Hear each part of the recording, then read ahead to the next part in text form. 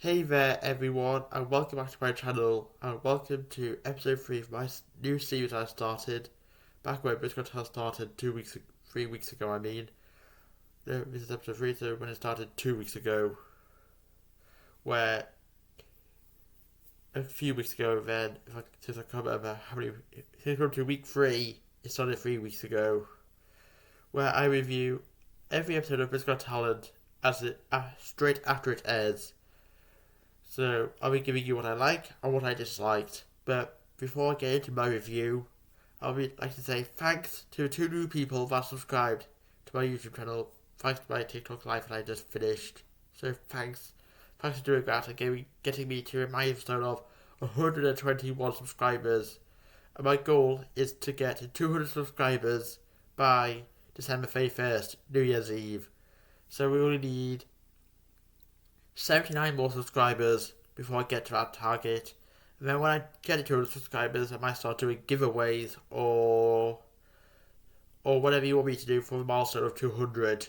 Okay, so if you leave any comments on my videos for what you want me to do when I get to 200 subscribers, I'll put it in a cup, not a drinking cup, but like a chalice or something, or a trophy. And then I'll pull one of your ideas out of a trophy or cup or something, or bowl, and I'll do that for 200 subscribers. So please leave comments for what you want to see me do for 200 subscribers when I get there. So anyway, now that mandatory stuff's out of the way, time to get to my review.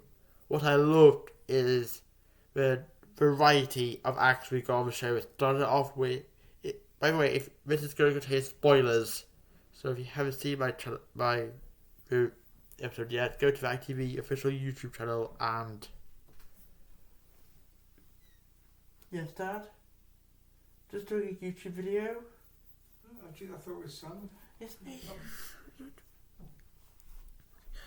Sorry about that, guys. If you haven't seen this show already, go to the ITV official YouTube channel and watch it. But anyway, now that's out of the way, I'll get on to it, so don't watch this until you watch that. The show, so you don't get spoiled, so I don't spoil it for you. We had a wide range of acts. We had start off with a trampoline act, which the judges didn't really like. Then we went on to loads of different acts. So what I loved is the variety of acts. So trampolinists do knife throwing, danger acts at the end, to singers, dance acts, etc. That's what I loved, is the wide variety that we had today. The other thing I liked is the fact that we got a battle for the Golden Buzzer this time. The battle was between Alicia Dixon and Simon Cowell, because for one act, when it was the one act where I got the Golden Buzzer, it was the CGI act, not CGI, I mean 4D act, where I literally got Zero Gravity act, that's it, Zero Gravity video game act.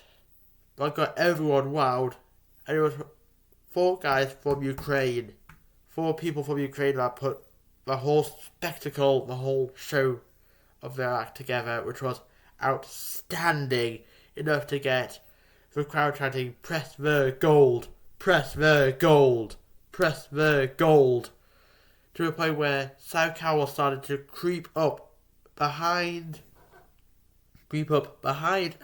Amanda and tried to sneak past Alicia to get to the Golden Buzzer, but Alicia looked behind her, saw Simon creeping up on the Golden Buzzer, and literally rolled over the Golden Buzzer, and in the process ruining Amanda Holden's desk mic thing that they have to speak into, where the audience behind them is literally being far too noisy, they have to speak into them.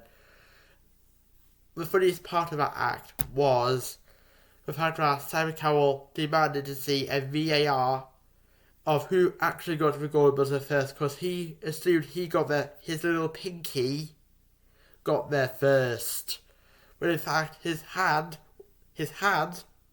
were nowhere near the golden button when it was pressed. So that 100% goes to Alicia Dixon. And Simon Cowell just doesn't get a say in the matter whatsoever. We also got a one-liner comedian which didn't really make me laugh that much, so I hope he doesn't get through the deliberation phase. Then we had an act that's been on 4 years now. This will be the 5th. They've been on with David Williams. They've been on 4 different years of Britain's Got Talent, ending in the COVID years, 2020. So they've been on 2020 and 3 years prior to that. So it was a reoccurring act, basically. We also had Daredevil acts that, strong acts that could stand on top of each other's heads, and etc. So what I did like was the last act being Sam Cowell's favourite from America's Got Talent,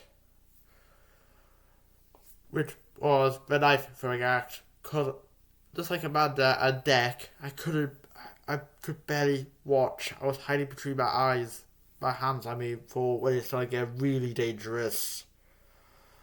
And all I was wanting was for the judges to press their red buzzers and get them off the stage.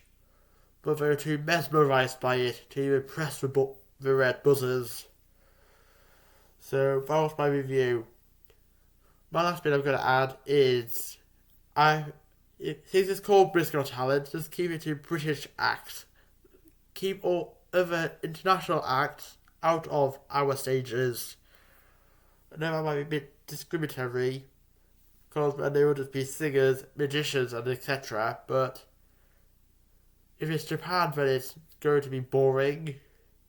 But just leave it to the European Union. I know that we're no longer in it, but keep it to, Europe's countries and its territories. So that way we can get fluent speaking acts and contestants on the show that speak fluent English and not having to have a translator. So that's my review. I give it, if you understand this reference, I'm going to be rating it out of bananas. So this whole banana rating thing started with Anti-Deck on my podcast, which I'll talk about what Britain's has finished. So yeah, I'll talk about the future of my channel now as well. Once Britain's has finished and I've reviewed all the remaining auditions and then the live semi-finals and then the live final, I'll move on to reviewing Anti-Deck's podcast series. And then after I've done that for a bit, I'll start talking about on here the set designs of all the TV shows from the 90s to now. So look forward to that when it comes out. So that's also a little teaser. So anyway, thanks for watching my YouTube channel and catch you next week when I review episode 4. Bye!